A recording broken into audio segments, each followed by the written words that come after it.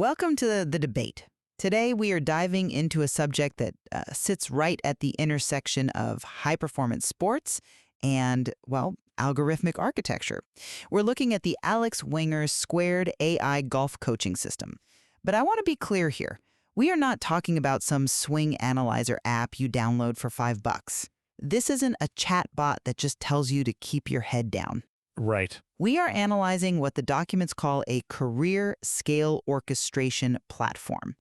And so the central question we're wrestling with is this: can a piece of software genuinely replicate the massive support infrastructure, the whole entourage of managers, strategists, coaches that stars like Tiger Woods or Rory McIlroy have? And, specifically, can it do this for the grinder, the player ranked, say, 1,000 to 5,000 in the world? And that is a huge question. It's really the only question that matters for the middle class of the sport. We all know the reality for a player in that ranking bracket. Resources are the bottleneck. They aren't flying private. They're driving 6 hours to a qualifier, booking their own cheap motels, just trying to stay afloat. The whole premise of Alex Wenger is that it can, democratize that elite operational support. It claims it can replace the team. Exactly. And I'm here to represent the position that this system effectively achieves that democratization. Through its capability-forward architecture, it gives that lower-ranked player the structure of a world-class team. It removes the cognitive load of just chaos. My argument is that the primary reason talented players in that bracket fail isn't a lack of talent. It's a collapse of operation, and this system fixes the operation. And I'm going to take the opposing view.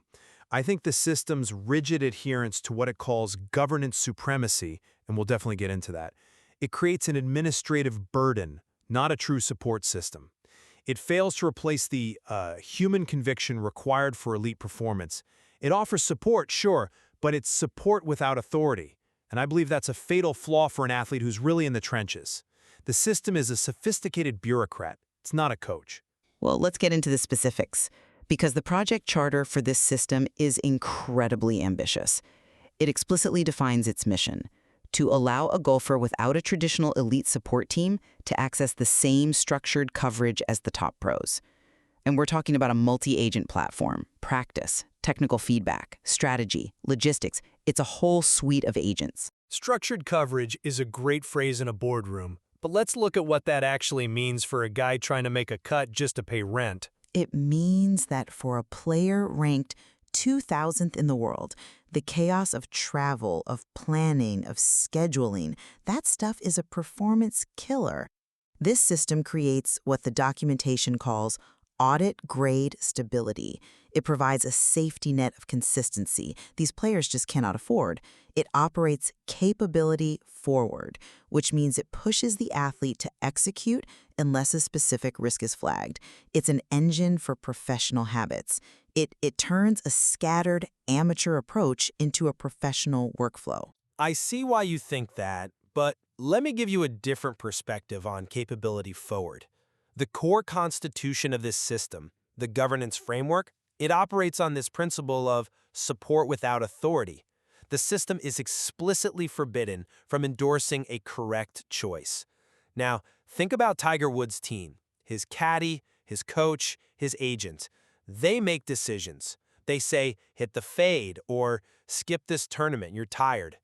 Alex Wenger forces the exhausted player to make every single final call. It just shifts the cognitive load. It doesn't remove it. I have to disagree that it merely shifts the load. It organizes the load so it can be managed. Let's look at the travel assistant agent. It's described in the implementation plan. This is a specific module designed to replace that logistics manager role. It drafts itineraries, shortlists lodging based on a budget, structures the travel schedule. For a player who usually spends 3 hours on Expedia the night before a tournament sweating over prices, that is a massive unlock of mental energy.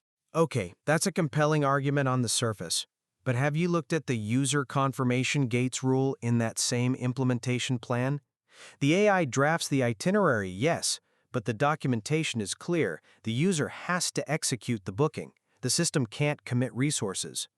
So picture this. Player finishes a round, played terrible, they're tired. The AI says, here are 3 flight options.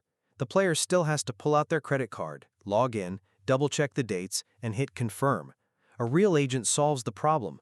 This system just creates a highly organized to-do list. It's a great secretary, sure, but the player is still the one doing the work. But that's the support-only posture. And I would argue that's a strength, not a weakness. By ensuring the player retains agency, the system analyzes trade-offs, cost versus comfort, practice time versus rest, but it prevents the player from becoming dependent on a black box. It ensures the player is the CEO of their career, not a passenger. If the system booked the wrong flight, who's liable? The player has to own their career. That's the definition of a professional. I'm sorry, I just don't buy that for an athlete in crisis. Look, the glossary and canonical vocabulary source. It has a list of prohibited terms. The system is forbidden from using verbs like recommend, ensure, optimize, or best. So if a player is standing on the range, panicked because their swing feels off, and asks, "Is this the best strategy for this course?" the system must refuse to answer. Because it can't know best in a vacuum. That's just intellectual honesty. A human coach saying this is the best is often just guessing based on gut feel. The AI provides a probabilistic layout of options. It treats the player like an adult. It's intellectual paralysis. A coach says, "Trust me, hit the driver." That transfer of confidence is what allows an athlete to perform freely. This system says, "Here is a log of options with probabilistic outcomes, but I cannot endorse one." That lack of conviction is not what a team provides. A team shares the burden of risk. This system explicitly dumps all the risk back onto the user. It washes its hands of the outcome. I think you're really undervaluing the movement and execution system. Let's pivot to the technical coaching for a second. The documentation describes a system that breaks instructions into these discrete, repeatable steps. It provides technical feedback and practice structuring without the, $500 an hour cost of a swing coach.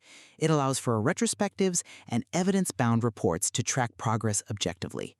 This creates an audit trail of development that most low-level pros never ever have. They just hit balls and hope. This system tracks every single rep. I've read the retrospective notes from day 15 in the source material, and it was pretty revealing about the actual coaching efficacy. The document admits a major gap, and I'm quoting here, "No formal threshold evaluation node was enforced." That was a finding in a retrospective meant to improve the system in the next version. It shows the system is self-correcting. But look at what it implies for the user right now. The system gave instructions, but it couldn't effectively judge if the player did it well enough to move on. It says green, amber, red states were missing. Without that threshold's control, the coaching is blind. It relies entirely on the athlete's self-report. And self-reporting forces self-awareness. Or it reinforces delusion. We're talking about the 1,000 to 5,000 ranking bracket. These players are often there precisely because they lack self-awareness. So if a player says, "I did the drill, but they did it poorly," the system just moves them to the next step. A human coach sees the flaw and stops the session right there. The system just processes the input and logs it as done. That is a dangerous feedback loop. It validates bad practice. Well, the implementation plan does address this with the human in the loop, or HITL model. It's not just a machine running wild. It's a scalable oversight model. Professionals can step in when the AI flags a risk or a complexity that's beyond its logic. It bridges that gap between AI scale and human expertise. It provides the very check you're asking for. Okay, but let's be very clear about what HITL means in this documentation, because it is not what listeners might think. It sounds like you click a button and get a coach on Zoom. That is not it. The governance framework is explicit. HITL is structural, not conversational. A human doesn't just join the chat for a pep talk. The system halts, it produces a JSON package, a data file, and then it waits for asynchronous review. Which ensures the advice is thoughtful and not just reactive. It destroys the flow of coaching. If I'm on the range and I trigger a governance flag because I'm frustrated or I'm asking for a decision, the system just shuts down and sends a file to a reviewer. For a player needing immediate help, that escalation is a roadblock, not a lifeline. It's like calling your coach and getting a voicemail that says, "Your query has been logged for review. Expect a response in 12 to 24 hours. By then, the tournament round is over. But consider the alternative. The alternative for these players is nothing. No oversight, no safety checks.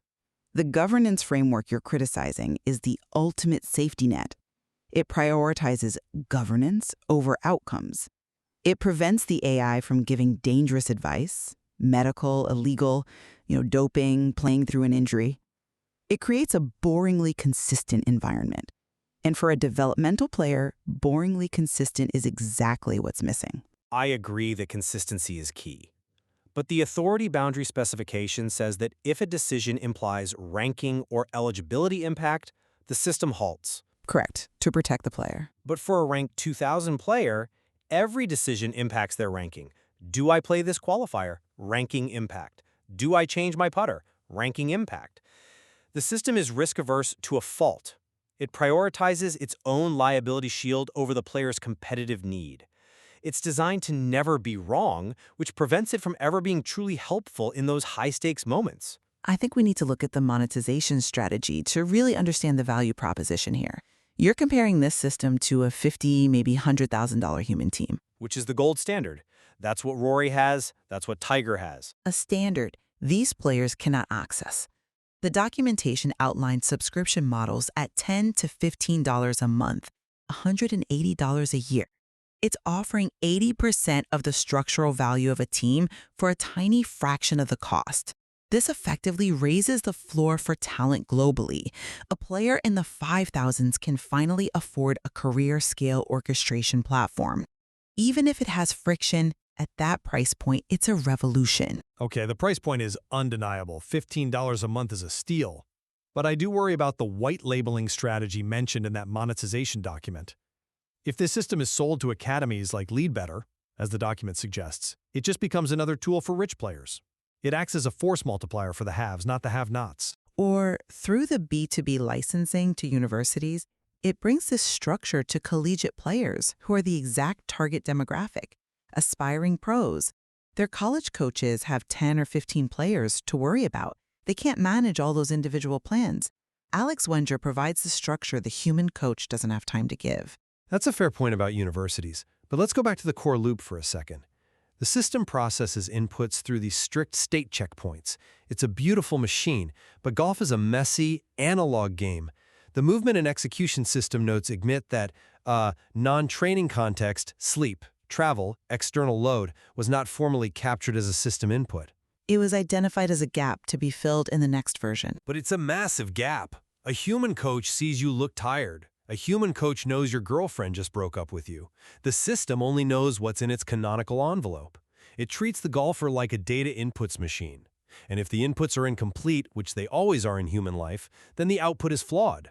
You're critiquing the version 1 limitations, but you're ignoring the audit-grade evidence generation. Even if the context is partial, the system logs everything.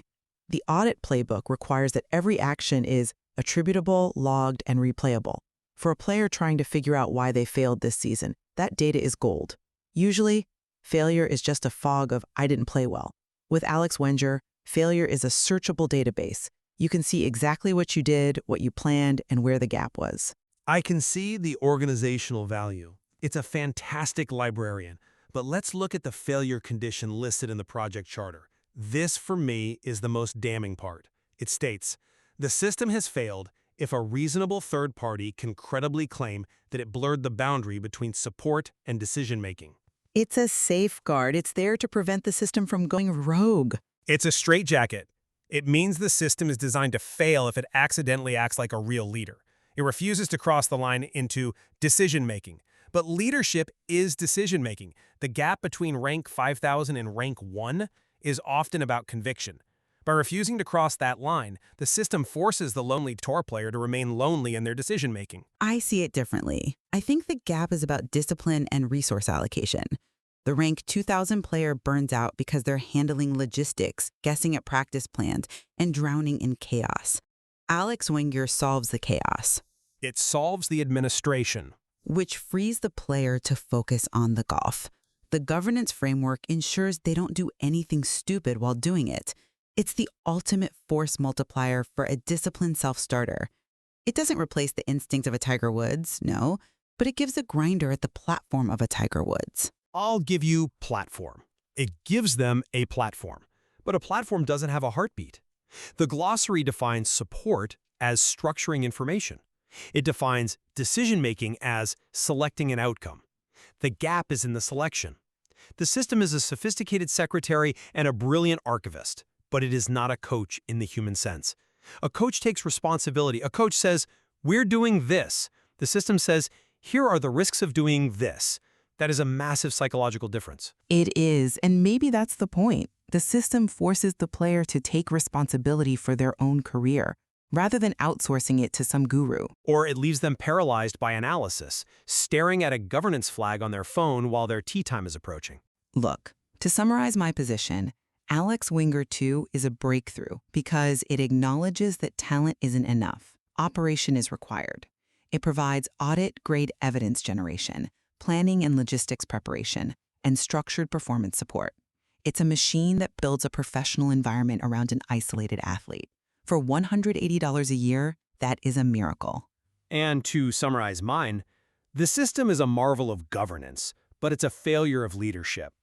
By rigidly adhering to its own failure condition, never blurring the line between support and decision, it creates a sterile, bureaucratic experience. It offers options without conviction. For the player who needs someone to believe in a path for them, this system just offers a mirror. It's a tool, but it is not a team.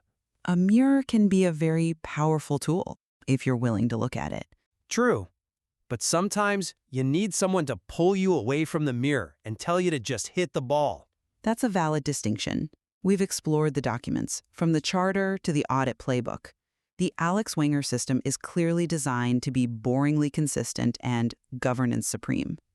And strictly support only. Whether that support is enough to carry a career, or if the authority of a human team is the essential ingredient, is the question we'll leave with you. Is support enough, or do champions need authority? Thank you for joining us on the debate. Until next time.